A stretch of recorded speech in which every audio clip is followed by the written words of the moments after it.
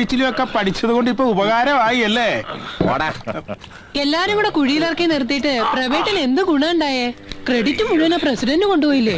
അങ്ങനെ പറയരുത്. മഹാത്മാഗാന്ധി ഉപ്പുകുറുക്കിയ സമരം നടത്തിയത് ഇന്ത്യയുടെ പ്രധാനമന്ത്രിയാകാനൊന്നും അല്ലല്ലോ. ക്രെഡിറ്റിന്റെ കാര്യമൊക്കെ അത്രേ ഉള്ളൂ അല്ലേ പ്രബേട്ട? കിടന്നപ്പോ എന്റെ കൈ ഫ്രീ അല്ലായിരുന്നു, ഇപ്പോഴും ഫ്രീ അല്ല. അല്ലെങ്കിൽ ഒന്ന് പൊട്ടിച്ചേനെ. പോട്ടെന്നെ, നീര് കക്കിയിട്ടുണ്ട്, അതുകൊണ്ടാ. നീ വിചാരിക്കുന്ന പോലെ അല്ല ഇവിടുത്തെ ജനങ്ങള്. ആ സമയം വരെ നിനക്ക് സിന്ദാബാദ് വിളിച്ചവര് അവസാനമായപ്പോ മാറ്റി വിളിച്ചത് കേട്ടില്ലേ? ക്രെഡിറ്റ് ഒക്കെ ആരെങ്കിലും കൊണ്ടുപോട്ടെ മാഷേ. കായല് നികത്ത് റിസോർട്ട് കെട്ടിപ്പൊക്കുന്നത് ഇല്ലാണ്ടായില്ലേ? നമുക്കത് മതി. എന്നാലും പത്രത്തിൽ പേര് വരാൻ വേണ്ടി നീ ഒരു കോപ്രായം കാണിക്കാന്നൊക്കെ പറയുമ്പോ അതിലെന്താ ഇത്ര തെറ്റ്? ബുദ്ധിയുള്ള ആർക്കും അങ്ങനെ തോന്നും. ഈ കോമാളി കാരണം ബാക്കിയുള്ളവർ കൂടി പുറത്തിറങ്ങി നടക്കാൻ വയ്യാതായി. ഇവനീ കാട്ടിക്കൂട്ടണത് ആ കവലെ പോയി കാണിച്ച വൈകിട്ടാവുമ്പോ 5-6 കിലോ അരിയെങ്കിലും വാങ്ങാനുള്ള കാശ് കിട്ടിയനെ. അതെങ്ങനെ മേലനങ്ങാതെ വെട്ടി വിഴുങ്ങാനുള്ളതല്ല ഇവിടത്തെ പറമ്പിൽ ഉണ്ടാവണുണ്ടല്ലോ. അതെ, പക്ഷെ അതൊന്നും ഒരു സുപ്രഭാതത്തിൽ തനിയെ പൊട്ടിമുളച്ചുണ്ടായതല്ല. നട്ടും നനച്ചും വളവിട്ടൊക്കെ നോക്കിക്കൊടുന്നത് ഞാൻ തന്നെയാ. 1-2 കൊല്ലമല്ല, കാലങ്ങളോളം. പ്രഭാകര, ഓ നീ കണക്ക് പറയാണല്ലേ? എന്നാ ഞാനും കുറച്ച് കണക്ക് പറയാം. എന്താ ഇവരുടെയൊക്കെ മുമ്പിൽ വെച്ച് കേൾക്കണോ നിനക്കത്? നമുക്ക് പോവാം മാഷെ. മാഷ് നിൽക്കണം. നിങ്ങളൊരു സ്കൂൾ അധ്യാപകനായിരുന്നില്ലേ മാഷേ? ഇവന്റെയൊക്കെ തരികിടയ്ക്ക് കൂട്ടു നിൽക്കാതെ 4 വാക്ക് നല്ലത് പറഞ്ഞു കൊടുത്തൂടെ? സ്വന്തമൊന്നും ബന്ധമൊന്നും പറയാൻ നിങ്ങൾക്ക് ആരും ഇല്ലല്ലോ. അതുകൊണ്ട് ആരാന്റെ അമ്മയുടെ ഭ്രാന്ത് കണ്ടു നിൽക്കണ പോലെ ഇവന്റെയൊക്കെ കാട്ടിക്കൂട്ടല് കണ്ടു നിൽക്കാൻ ഒരു സുഖം അല്ലേ മാഷേ? ഈ പ്രായത്തിൽ നീ മാഷക്ക് ഉപദേശത്തിന്റെ ആവശ്യമൊന്നുമില്ല. മാഷ് നടന്നോളൂ, നാളെ കാണാം. ഇപ്പൊ നാറിയിട്ടേ ഉള്ളൂ, ചെയ്യുന്നതിന് മുമ്പ് സ്ഥലം കാലിയാക്കാൻ വാ. ചെല്ല് ചെല്ല്. രാമകൃഷ്ണനല്ല, കംസൻ. ആളുകൾ കേറി വരുമ്പോ മുന്നിൽ പ്രതീക്ഷിച്ചിരിക്കുന്ന ഈ ഫോട്ടോകളുണ്ടല്ലോ, അതൊക്കെ മാറ്റാൻ പോവുക. അതിന് പകരത്ത് ഇതിവിടെ തറയ്ക്കാനാ പരിപാടി. നല്ല ഭംഗിയല്ലേ? പ്രഭ എന്നും വിളക്ക് കൊളുത്തി തൊഴുന്ന ഫോട്ടോകളാണ് അതൊക്കെ. അതുകൊണ്ടെന്താ വടക്കേപ്പുറത്തെ ചായപ്പില് തറച്ചേരം തൊഴാലോ, കുഴപ്പമൊന്നുമില്ലല്ലോ. അതെ, ഒരാള് വന്ന് കേറുമ്പോഴത്തേക്ക് ഈ മഞ്ഞ പിടിച്ച ഫോട്ടോകളൊക്കെ ദുസ്സഗുണമാണെന്നേ. രാമകൃഷ്ണ വേണ്ടമ്മേ, ആരെങ്കിലും എന്തെങ്കിലും എവിടെയെങ്കിലും കൊണ്ടുവയ്ക്കട്ടെ. അമ്മ വന്നേ. പാടാ, ഇതൊന്ന് പിടിച്ച്.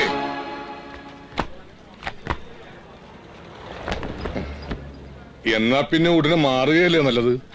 അതെ, പക്ഷെ അതിനു മുമ്പ് എനിക്ക് അവിടെ ചില കാര്യങ്ങൾ ചെയ്തു തീർക്കാനുണ്ട്. എന്താ നിനക്ക് അമ്മാവനെ തട്ടാൻ പ്ലാൻ ഉണ്ടോ?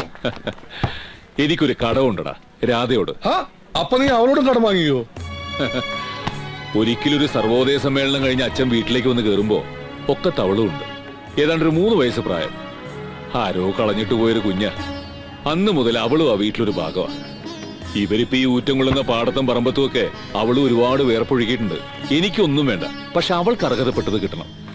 എന്നിട്ട് അവൾ ആരുടെയെങ്കിലും കൂടെ ഒന്ന് ഇറക്കി വിട്ടിട്ട് വേണം എനിക്കും അമ്മയ്ക്ക് അപ്പ അവിടെ നിന്ന് പടിയിറങ്ങാൻ. അങ്ങനെ തോന്നിയ ആളുടെ കൂടെ ഒന്നും അവളെ ഇറക്കി വിടണ്ട. അവൾക്ക് അനുരൂപനായ തറവാടിയെ തന്നെ വേണം. അതെ, അങ്ങനെ ഒരു ത്യാഗം ചെയ്യാൻ എനിക്ക് യാതൊരു ബുദ്ധിമുട്ടുമില്ല പ്രഭാകര.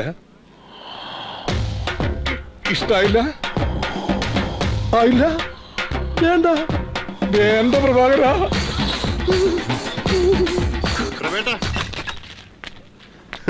ഇന്ന് എന്തായാലും രക്ഷപ്പെടാൻ നോക്കണ്ട, ഞാൻ സമ്മതിക്കില്ല. രക്ഷപ്പെടുക എന്തിന്? നാറ്റിക്കരുത്. ഉത്തരവാദിത്തപ്പെട്ടൊരു പഞ്ചായത്ത് മെമ്പറാണ് ഞാൻ. നിന്റെ കാശിന് ഉറപ്പായിട്ട് തന്നേക്കാം, പ്ലീസ്. സമ്മതിച്ചു. പക്ഷെ പ്രഭേട്ട എന്നോട് ഒന്ന് വരണം. എങ്ങോട്ടേക്ക്? ആദ്യം വണ്ടി കയറി. അല്ല, ഞാൻ വരാൻ. സുബ്ര കടയിൽ നോക്കിക്കൊള്ളേ.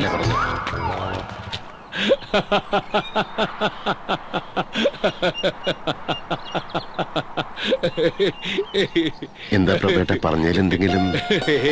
ഇത് പറയാൻ വേണ്ടി ഇവിടം വരെ വരേണ്ട വല്ല കാര്യം ഉണ്ടായിരുന്നോ?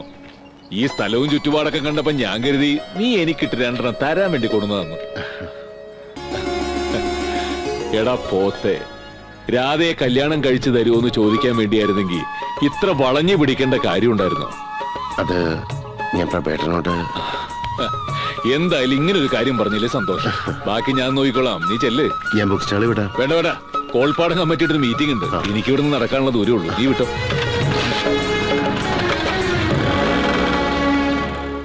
എന്ന് നീ അങ്ങനെ തീരുമാനിച്ച ബാക്കിയുള്ളവരെന്താ എസ് ചേരണോ?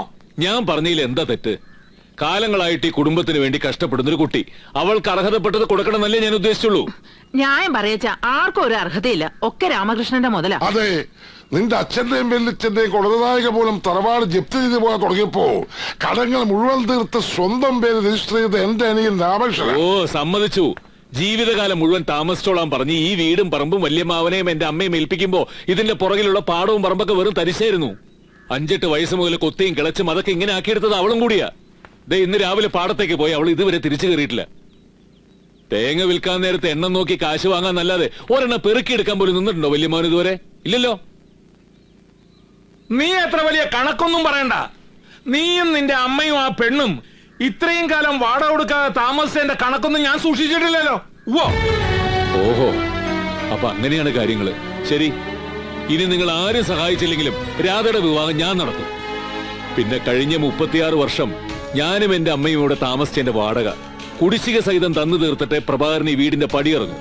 ആ നഷ്ടത്തിന്റെ കണക്കൊക്കെ കൂട്ടി ഇനി ഇവിടെ ആരും പരിഭ്രമിക്കണ്ട.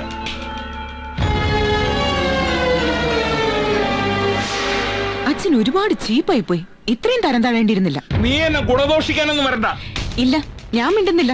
ബോംബെയിലായിരുന്നപ്പോഴും ഞാൻ മിണ്ടിയിരുന്നില്ലല്ലോ. മാർവാടികൾ വന്ന് മുഴുവനോടെ പിഴുതോണ്ട് പോയിട്ടും അച്ഛന്റെ ദുരാഗ്രഹം മാറിയില്ലല്ലോ.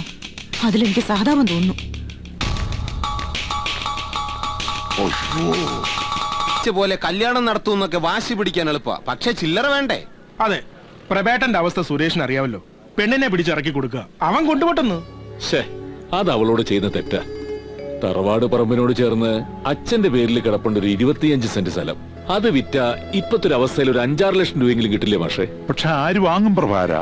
ഏക്കർ കണക്കിന് വാങ്ങിക്കൂട്ടാൻ മുതലാളിമാരുണ്ട്. 5-10 സെന്റ് വാങ്ങണത് വീട് വെച്ച് താമസിക്കാനുള്ള പാവങ്ങളാ. അവരുടെ ഒട്ട് കാശുമില്ല.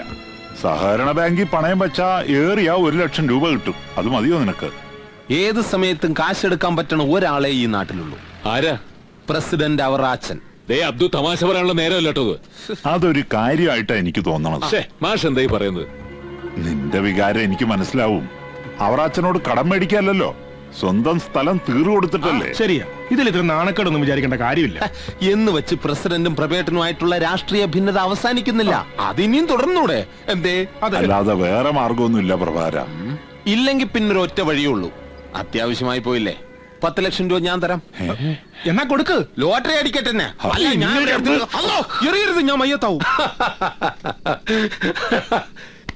എടാ ചാണ്ടി, നിനക്കിത് കേട്ടിട്ട് ചിരി വരുന്നില്ലേ? പിന്നെ എന്താടാ പോത്തെ വാ തുറന്ന് ചിരിക്കാത്തെ? കറക്റ്റ്. ഇത് ചോദിക്കാൻ അവൻ എന്താ നേരിട്ട് വരാത്തത്? ഞാൻ മുഖത്ത് നോക്കി ഒരു ആട്ടാട്ടോന്ന് പേടിച്ചിട്ടുണ്ടാവും അല്ലേ? അതിപ്പോ എവരെ ആട്ടാമല്ലോ. പോട്ടറ ചാണ്ടി, എന്റെ മക്കൾ അക്ഷരം പഠിപ്പിച്ച അധ്യാപകനല്ലേ, അവമാനിക്കണ്ട. എന്നാ മാഷിനെ ആട്ടിയത് മാത്രം പിൻവലിച്ചിരിക്കുന്നു. 2 സ്ഥലം കാലിയാക്ക്. അതെ, ഇളയപ്പന്റെ പൂത്ത കാശുണ്ട്, പക്ഷെ അതുകൊണ്ട് അവന്റെ സ്ഥലം വാങ്ങാൻ ഉദ്ദേശിച്ചിട്ടില്ല. ഇറങ്ങ വെളിയില്, ഇറങ്ങാം. നിക്ക് മാഷേ. ചാണ്ടി, ആദ്യമായിട്ട് സഹായം ചോദിച്ചു വന്നല്ലേ, മടക്കണ്ട. നമുക്കതുകൊണ്ട് വാങ്ങാം. എന്താ? അല്ല, ഞാൻ സ്ഥലം വാങ്ങാം, പക്ഷെ എനിക്ക് ചില കണ്ടീഷൻസ് ഒക്കെ ഉണ്ട്. ആദർശവാനായ പ്രഭാകരൻ അത് സ്വീകാര്യമാവുമോ ആവോ? പറ്റില്ല. ഈ കണ്ടീഷൻ എനിക്ക് സമ്മതമല്ല. 6 ലക്ഷം രൂപയ്ക്ക് ഒരാൾ എന്റെ സ്ഥലം മേടിക്കുകയാണെങ്കിൽ അത്രയും തുകയ്ക്കുള്ള മുദ്രപത്രവും വാങ്ങണം. അല്ലാതെ 60,000 രൂപ മാത്രം ആധാരത്തിൽ കാണിച്ച് ബാക്കി 5,40,000 രൂപ സർക്കാരിനെ പറ്റിക്കുന്ന പരിപാടി എന്റെ ആദർശത്തിന് ചേർന്നതല്ല. അത് കറക്റ്റ്. ആദർശം കളഞ്ഞാ പ്രഭാകരനില്ല, പീരിയില്ലാത്ത പുട്ടുപോലെ അല്ലേ പ്രഭാകര? മിസ്റ്റർ പ്രഭാകരൻ, ഭരണകൂടം എല്ലാ കാലത്തും ഒരു മർദ്ദക ദുർഗമാണ്. ആധാരത്തിൽ വില കുറച്ച് കാണിക്കുക എന്നാൽ സർക്കാരിനെ പറ്റിക്കുക എന്നല്ല, ആ വ്യവസ്ഥിതിക്കെതിരെ പോരാടുക എന്നാണ് അർത്ഥം.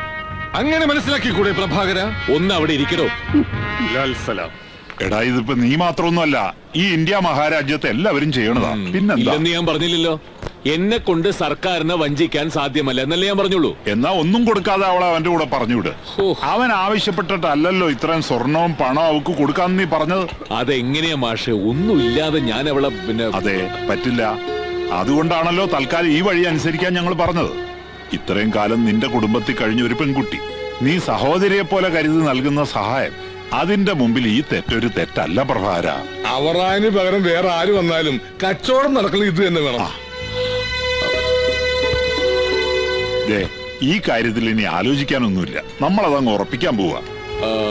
എന്നാലും ഒരു എന്നാലുമില്ല, എല്ലാരും കൈയടിച്ചേ.